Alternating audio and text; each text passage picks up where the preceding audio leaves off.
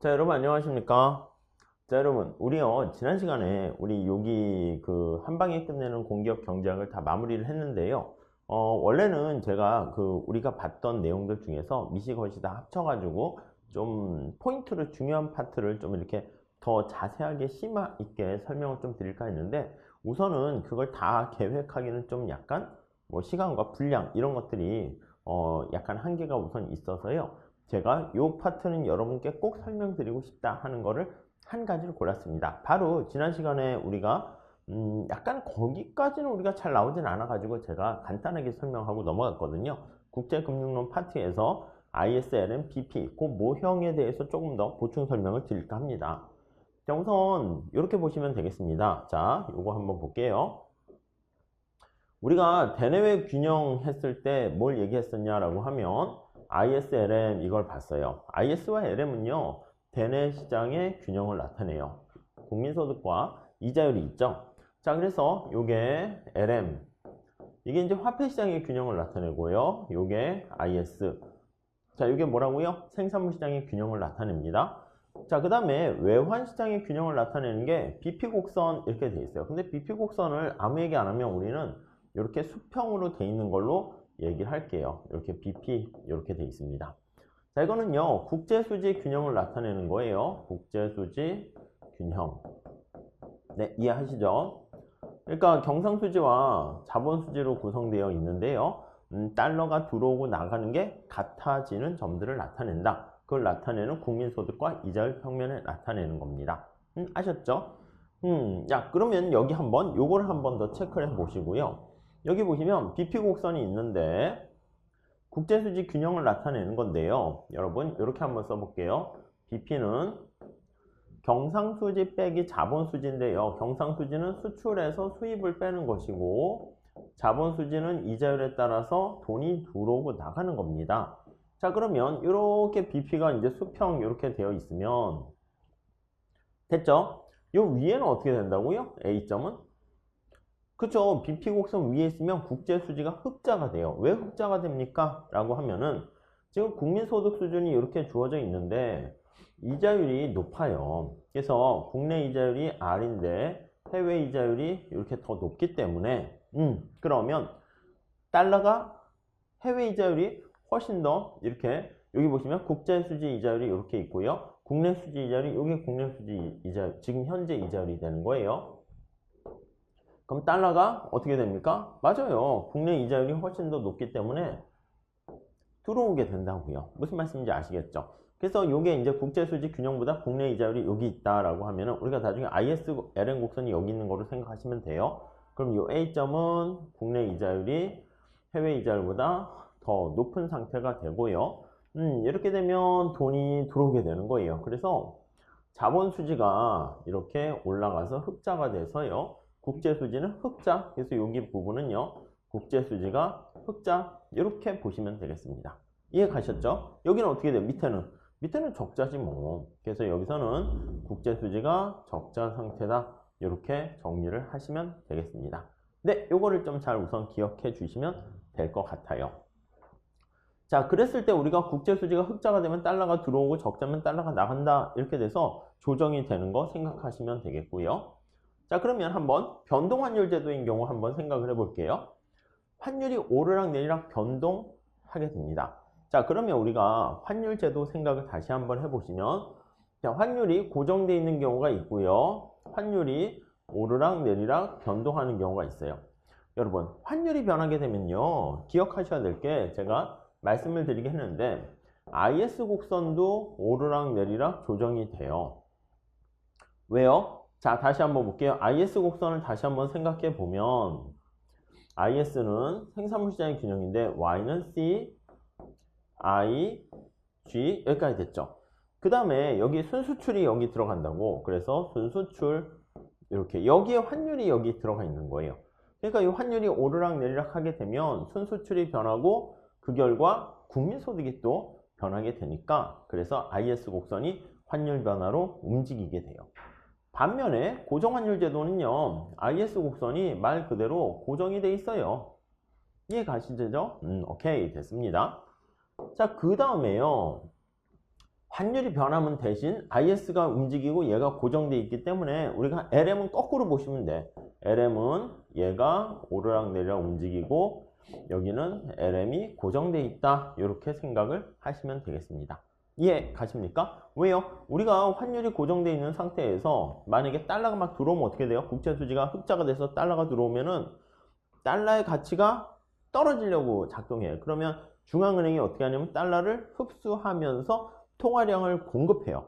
그러면 국채 수지 흑자가 되면 돈이 많이 풀리게 되니까 LM 곡선이 우측 이동한다. 이렇게 보시면 되겠습니다. 그래서 고정환율 제도에서 만약에 국채 수지 흑자가 되면 BP가 흑자가 되면요. 우리가 고정환율 제도, 변동환율 제도 우리가 봤습니다. 지난 시간에. 이렇게 되면 달러가 유입되잖아요. 달러가 유입되면 달러의 가치인 환율이 떨어지려고 작동하게 되니까 그걸 막기 위해서 돈을 찍어낼 수밖에 없어요. 그러니까 국제시장이 있는데, 외환시장이 있는데 달러 양이 많아지게 되면 원화를 그만큼 집어넣어 줘야지 비중을 맞추게 되는 거죠. 그럼 통화량이 증가할 수밖에 없어요. 그래서 통화량이 증가하게 되면은 여기 LM이 우측 이동한다. 이렇게 보시면 되겠습니다. 이것 좀 잘 기억해 두세요. 네. 자, 그러면 다시 한번 볼게요. 변동환율 제도예요. 환율이 변합니다. 그러면 지금 BP 곡선은 우선 잊어버리시고요. IS와 LM이 있는 이 상태를 한번 살펴볼게요. 지금 본 것처럼 국내 금리가 국제 금리보다 높잖아요. 순자본 유입에 따른 국제 수지가 흑자가 된다니까요. 그럼 환율이 하락합니다. 환율이 하락하게 되면 이게 외국 물건의 가격이 싸지게 되니까 순수출이 감소해요. 그럼 IS가 좌측으로 이동합니다. 그래서 얘가 왼쪽으로 이동하는 거 우리가 확인할 수 있습니다. 아셨죠? 자, 그래서 변동환율 제도에서는요, 환율이 내생적으로 결정돼서 항상 균형을 이루게 되고요. 국내 시장의 어떤 통화량 증가 이런 거에 영향이 없어요. 아셨죠? 이거 좀 잘 체크하시고요. 자, 그래가지고요, 우리가 한번 이렇게 봐볼게요. 요거 한번 봅시다. 고정환율 제도는 어떻게 되어 있습니까? 하면 우리가 지금 살펴본 것처럼 환율이 고정돼 있잖아요. 그렇죠? 자, 그럼 다시 한번 생각해 볼게요. A점은 어떻게 된다? 국제수지 흑자예요. 그럼 달러가 들어옵니다. 자, 그러면 우리나라가 이렇게 있는데 여기 원화와 달러의 비중이 있어요. 원화와 달러 비중이 있는데 달러가 막 들어오는 거야. 달러가 유입해요. 유입돼서 들어오게 되면 달러의 양이 많아지는 거예요. 국제수지 흑자니까 많아지게 됩니다. 이렇게 많아지게 됩니다. 그럼 어떻게 된다? 고정환율 제도는 맞아요. 달러의 가치가 지금 하락하려고 작동하는데 이래선 안 된다고요. 하락하는 것을 막아야 된다고요. 이해가 있죠? 그러면 여기다가 통화량을 증가시켜야 되는 거예요. 그렇죠. 그래가지고 통화량이 증가하는 결과를 초래하게 되고요. 얘를 막아야 되니까 대신 화폐 공급이 증가하게 됩니다. 화폐 공급이 증가하면 LM이 우측 이동한다라는 거 알 수가 있습니다. 이해하실 수 있으시겠죠? 네, 그 정도 정리하시면 될 것 같습니다. 이게 되게 중요한 거예요. 자, 그래서 우리가 뭘 말씀드리고자 하는 거냐면 각각의 개방 거시 경제하에서 거시 경제 정책을 보려고 해요. 그래서 BP 곡선까지 고려했을 때 재정 정책과 변동 정책을 볼 건데요. 우리가 기계적으로 봤을 때 이거를 머릿속에 넣어주세요. 고재, 변금 또는 변통 이렇게 해주세요. 이게 뭐냐면 고정환율 제도에서는 재정정책이 효과가 있고 변동환율 제도에서는 금융정책이 효과가 있다. 이렇게 봐주시면 되겠습니다. 아셨죠? 자, 그래서 만약에 변동환율 제도는 환율이 오르락내리락 변합니다. 그러면 우리가 뭐가 변한다고 그랬습니까? IS 곡선이 오르락내리락 변하게 돼요. 그래서 IS 곡선이 오르락내리락 변하게 되고요. LN 곡선은 가만히 있게 됩니다. 오케이, 이해되시죠? 자, 그러면 한번 생각해 볼게요. 확장적 재정 정책을 실시했어요. 그래서 얘가 IS가 우측으로 이동했어. 우측으로 이동했는데 이 국제 수지 전체에 요거는 영향을 미칠 수 없죠. 왜냐면 BP 곡선은 고정 이렇게 돼 있고요. 또 뭐가 고정돼 있냐면 여기 LN 곡선이 고정 이렇게 돼 있는 거예요. 자, 그래서 여기 한번 볼게요. 네, 요걸 합시다. 원래 A0 상태였었는데 정부가 확장적 재정 정책을 써서 IS가 우측 이동했잖아요. 그러면 여기 A1으로 갔어요. A1. 이해가시죠? A1이면 어떻게 됐습니까? 그죠? 국제수지 흑자잖아요. 우리 앞에서 봤잖아요. 국제수지가 흑자라니까요. 국제수지가 흑자인데 이게 변동환율 제도면 환율이 오르락 내리락 변하게 돼요. 여기 보시면요. 얘가 국제수지 흑자가 됐는데 LM은 안 움직여 이렇게 돼 있는 거야. IS는 움직일 수 있고 그럼 어떻게 해요? 맞아요. 1번으로 갔다 2번으로 다시 IS가 왼쪽으로 가서 A0로 다시 갔을 때 국제수지 균형이 된다. 이렇게 보시면 되겠습니다. 자, 그래서 여기 나와 있는 것처럼 IS가 좌측 이동하게 돼서 정부의 확장적 재정 정책의 효과가 있어요? 없어요? 없죠. 무슨 말씀인지 아시겠죠? 여기서 우리가 그 변동환율 제도에서는요, 변금 하니까 금융정책, 통화정책이 효과가 있지, 재정정책은 효과가 없다. 이렇게 보시면 되겠습니다. 그럼 변동환율 제도에서 금융정책은 어떻게 되나 볼게요. 변금 하니까 효과가 있어요. 자, LM을 우측으로 이동시켰습니다. 우측 이동시키면, 자, 다시요. 여기에서 BP 곡선은 우리가 컨트롤 할 수가 없는 거예요. 근데 주의하셔야 될 게 LM이 우측으로 강제적으로 이동시켰는데 얘가 이 상태로 왔어요. 이렇게 온 다음에 얘가 안 움직이는 거야. 왜요? 우리가 변동환율 제도는 다시 이 앞에 보시면 환율이 변하게 되면 IS는 움직이는데 LM은 안 움직인다고 그랬잖아요. 좀 움직였잖아요. 아니, 스스로 안 움직인다고.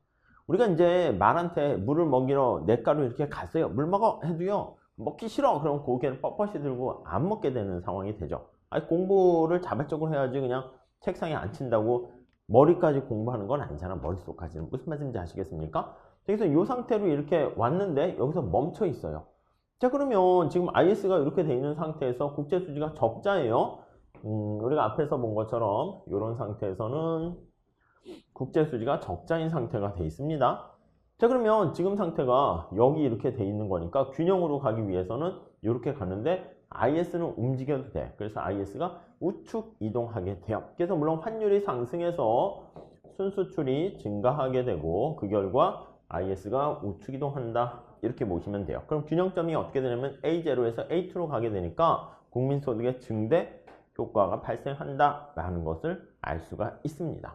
자, 그러면 금융정책이 변동환율 제도에서는 효과가 있다. 이렇게 보시죠. 자, 그러면 고정환율 제도에서 재정정책은 어떻게 됩니까 하면 자, 환율이 고정돼 있습니다. 환율이 고정돼 있으니까 환율과 관련된 게 IS 곡선인데 순수출이 여기 들어가 있잖아요. 그러니까 IS는 고정돼 있는 상태고요. LM은 움직인단 말이에요. LM은 오르락 내리락 움직인다. 이렇게 보시면 되겠어요.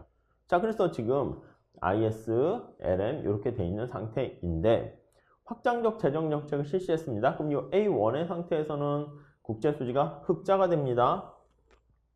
국내 금리가 해외 금리보다 높기 때문에 그렇게 되는 것이죠. 자, 그럼 어떻게 돼요? 돈이 들어와요. 통화량이 들어온단 말이에요. 그럼 통화량이 들어오니까 LM이 우측 이동하게 되어서요. A1에서 지금 국제수지 여기는 흑자예요. 흑자. 근데 균형으로 가야 되는 거잖아. 그래서 이 BP는 움직일 수 없어요. 그러니까 BP 선상으로 가야 되니까 LM이 우측 이동해서요. A2까지 가게 된다라고 보시면 될 것 같습니다. 아셨죠? 그렇게 좀 정리를 해 주셨으면 좋겠어요. 그래서 LM이 마저 우측으로 이동하게 되면 국민소득의 증가 효과는 이자율은 원래 상태로 되돌아가고요. 국민소득은 여기서부터 이렇게 많이 증가하게 된다라는 것을 알 수가 있겠습니다. 근데 그렇게 봐주시면 되겠어요. 자, 고정환율 제도에서 금융정책은 어떻게 됩니까? 라고 하면은요. 자, 여기 한번 보시면 우리가 다시 한번 보시면 여기요. BP는 고정되어 있는 상태예요. 이해 가시죠? 그리고 환율이 고정되어 있기 때문에 IS가 고정되어 있어요. 나 안 움직여. 이렇게 있는 상태예요. 자, 그러면 여기는 것좀 통화량을 증가시키면 A0에서 A1까지 이렇게 갔을 거 아닙니까? 이렇게 갔는데 국제수지 균형은 아니지. BP 곡선 밑에 있으니까 국제수지가 적자 이렇게 돼 있는 상황입니다. 자, 그럼 다시 한번 생각해 보세요. 지금 환율이 고정돼 있어요. 우선 기계적으로 볼 때는 IS가 움직이지 않습니다. 고정돼 있죠. 그럼 LM은 움직일 수 있어. BP도 못 움직이고. 그러니까 LM이 균형으로 가기 위해서는 원래 상태로 왼쪽으로 갈 수밖에 없게 돼요. 우선 기계적으로 그렇게 생각하시면 그게 ISLM BP 모형이 된다라고 보시면 되겠고요. 여기 있는 것처럼 국제수지 적자가 되면 달러가 밖으로 나가요. 그럼 달러가 부족해지니까 그 비율, 원화와의 비율을 맞춰야 되기 때문에 원화를 어떻게 합니까? 흡수를 해야 돼요. 흡수하게 되니까 국내 원화의 통화 공급량이 감소한다는 거 알 수가 있어요. 그러면 LM이 다시 왼쪽으로 가게 됩니다. 이해 가시겠죠? 그러면 여기서 이렇게 갔다가 다시 원래 상태로 가면 국민소득의 증가 효과는 없어요. 이렇게 되는 거죠. 그러니까 여기 나와 있는 것처럼 고정환율 제도는 고재 이렇게 했죠. 고정환율 제도는 재정정책이 효과가 있고 변동환율 제도는 금융정책이 효과가 있다. 이렇게 보시면 되겠습니다. 그리고 이제 고정환율 제도에서는요, 사실 환율을 고정시키는 건데, 뭐 평가절하 이런 걸 통해 가지고 환율을 변화시킬 수 있어요. 그래서 그 얘기를 한번 해볼게요. 그래서 만약에 환율 정책 이렇게 나와 있습니다. 고정환율 제도이기 때문에 우리가 환율을 조정할 수는 없어요. 얘는 고정되어 있는 거예요. 근데 어떻게 우리가 이 환율을 변화시킵니까? 대외적인 환율은 가만히 있는데 여기 나와 있는 평가절하를 하게 되는 거예요. 그게 바로 환율 정책이에요. 그러니까 평가절하하게 되면 우리나라 돈의 가치가 떨어지는 거잖아요. 그럼 달러의 가치가 올라가게 되는 거거든요. 그러면 달러의 가치가 올라가게 되는 거니까 환율이 상승하게 되면 순수출이 이렇게 증가하게 되는 결과를 초래합니다. 환율 정책이 있으면 여기에서요, 얘가 IS가 이렇게 오른쪽으로 이동하고요. 그렇죠? 그럼 여기로 간 거예요. 국제수지 흑자예요. 근데 환율이 고정돼 있으니까 IS는 그 다음에는 안 움직이는 거야. 그러니까 LM이 여기서부터 이렇게 우측으로 가서 균형으로 가게 된다라는 것을 알 수가 있겠습니다. 아셨죠? 그래서 여러분들은 지금 말씀드린 것처럼 ISLM, BP 곡선과 관련된 이 얘기를 좀 보시면 되는데 아마 많은 문제들은 고재 변금 이걸로 거의 풀리게 될 거예요. 근데 거기서 지난 시간에 좀 제가 이렇게 한번 좀 빠르게 말씀드리긴 했는데 거기서 그렇게 해도 풀리게 되는데 좀 그 내막을 조금 더 이해를 하셨으면 좋겠다 해가지고 또 이렇게 설명을 드리는 거예요.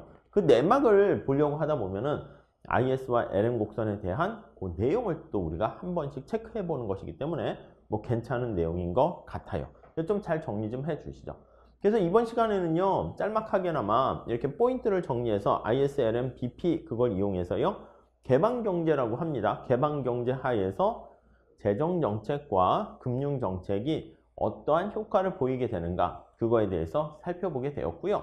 우리가 나중에 뭐 객관식 같은 거 강의할 때요, 다시 빠르게 설명을 한번 드리긴 할 거예요. 드리긴 하는데, 어떻게 공부하시냐면, 지금 말씀드린 요 내용들을 중심으로 해서 잘 반복 정리를 해 주시면 좋을 것 같습니다. 아셨죠? 그리고 이제 중간중간에 좀 보론으로 넣어놓은 것들도 제가 지난번에 말씀드린 것처럼 봤으면 좋긴 한데 아직 약간 버거운 측면이 있긴 해요. 그래서 그거는 나중에 여러분들 객관식하고 내용을 좀 더 심화 있게 할 때 뭐 봐서 뭐 얘기를 한번 해봐 가지고요. 어떻게 더 마련할지 그렇게 한번 들어보도록 하겠습니다. 여러분들 의견 있으시면 또 질문 같은 거 주시고요. 열심히 공부하셨으면 좋을 것 같습니다. 자, 여기서 마치도록 하겠습니다. 감사합니다.